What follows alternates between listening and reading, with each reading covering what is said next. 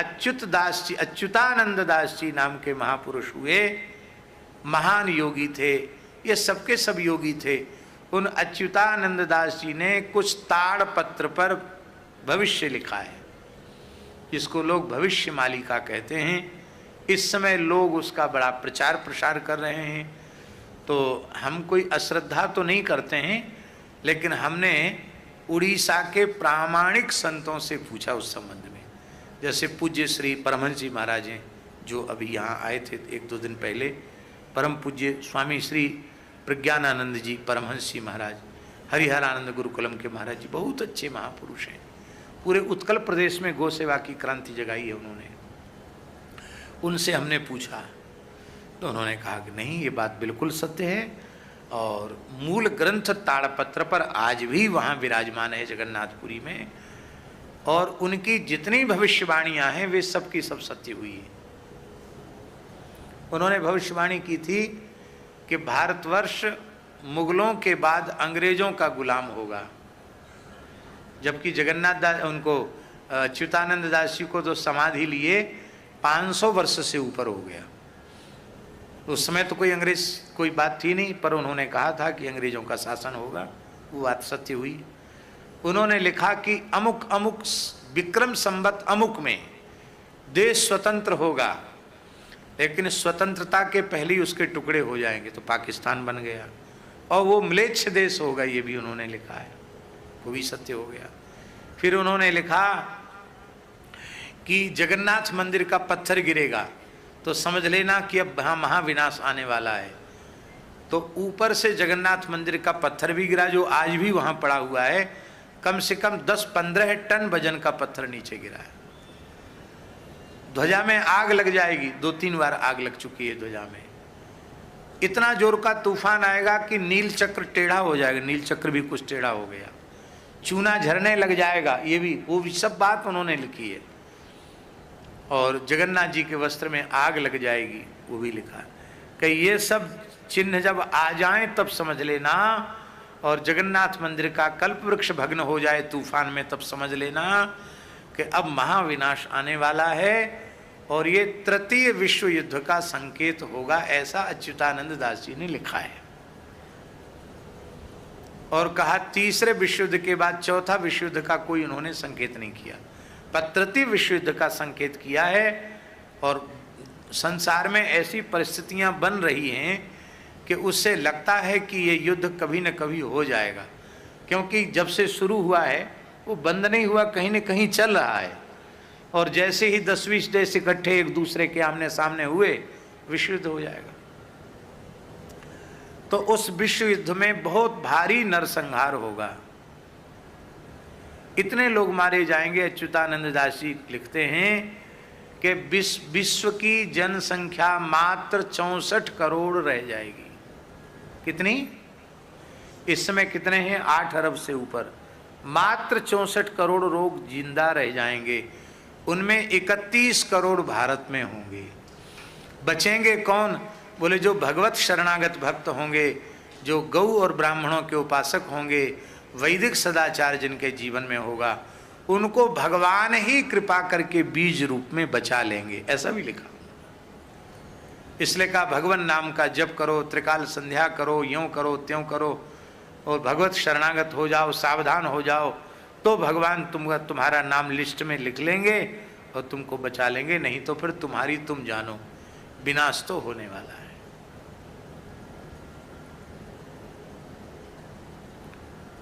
और उन्होंने भी ये बात लिखी है कि मरु और देवापी को भगवान इस धरती का शासन सौंप देंगे।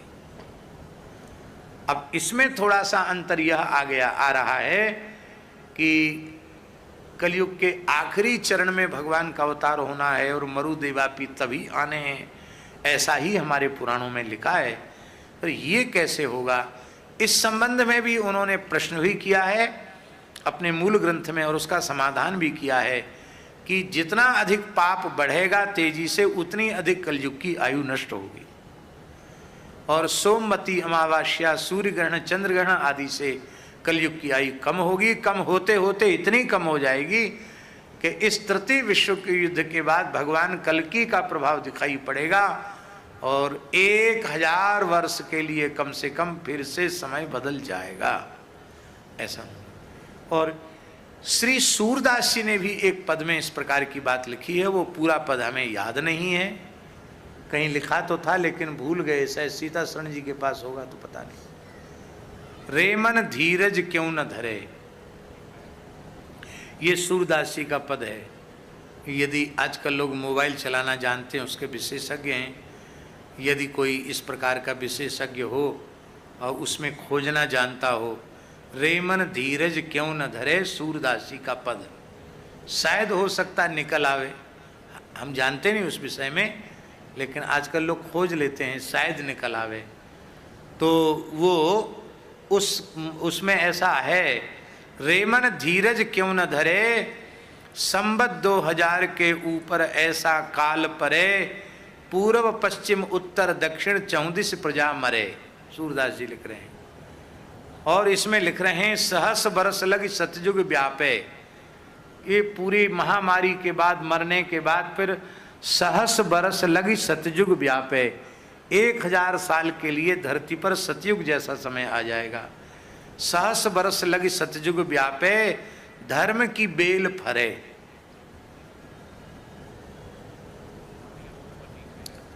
धर्म की बेल फलित हो जाएगी। और सूरदास यह हरि की लीला, टारे ना ही टरे, रे मन धीरज क्यों न धरे।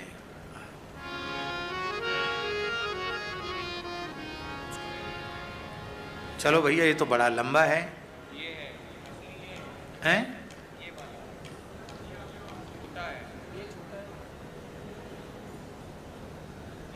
अब ये तो भ्रम पाड़ दिया, कोई कहता बड़ा है, कोई कहता छोटा है, तो हम किसको माने, बड़े को माने कि छोटे को माने? छोटा थोड़ा जल्दी हो जाएगा।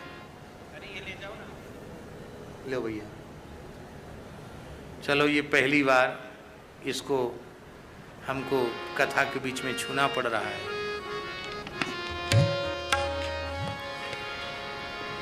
पद संख्या 180 पद है, ऐसा इसमें लिखा है। रे मन धीरज क्यों ना धरे, रे मन धीरज क्यों ना धरे, संबत 2000 के ऊपर, संबत 2000 के ऊपर, ऐसो योग परे, रे मन धीरज क्यों ना धरे, रे मन धीरज क्यों ना धरे। पूरब पश्चिम उत्तर दक्षिण, चहुँ दिशि काल परे, हाँ,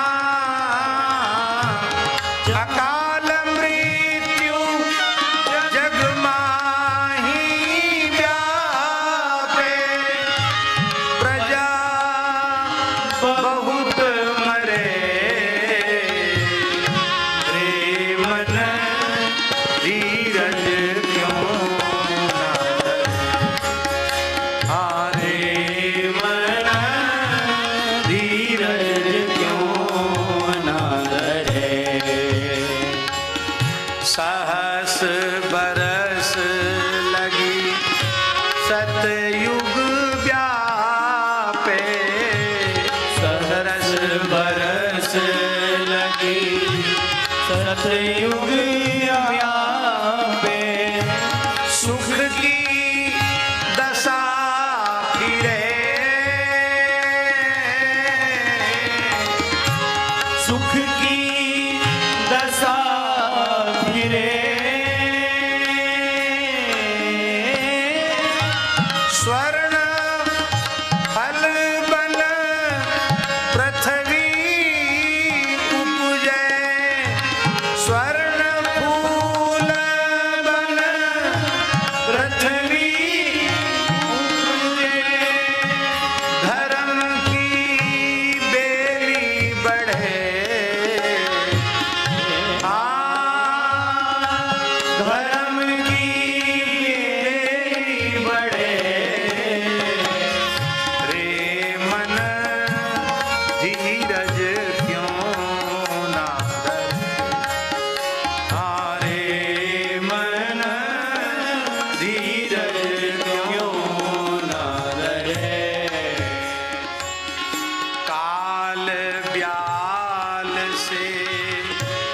वही बचेगा। काल व्याल से वही बचेगा। जो हरि का ध्यान धरे, हाँ जो हरि का ध्यान धरे,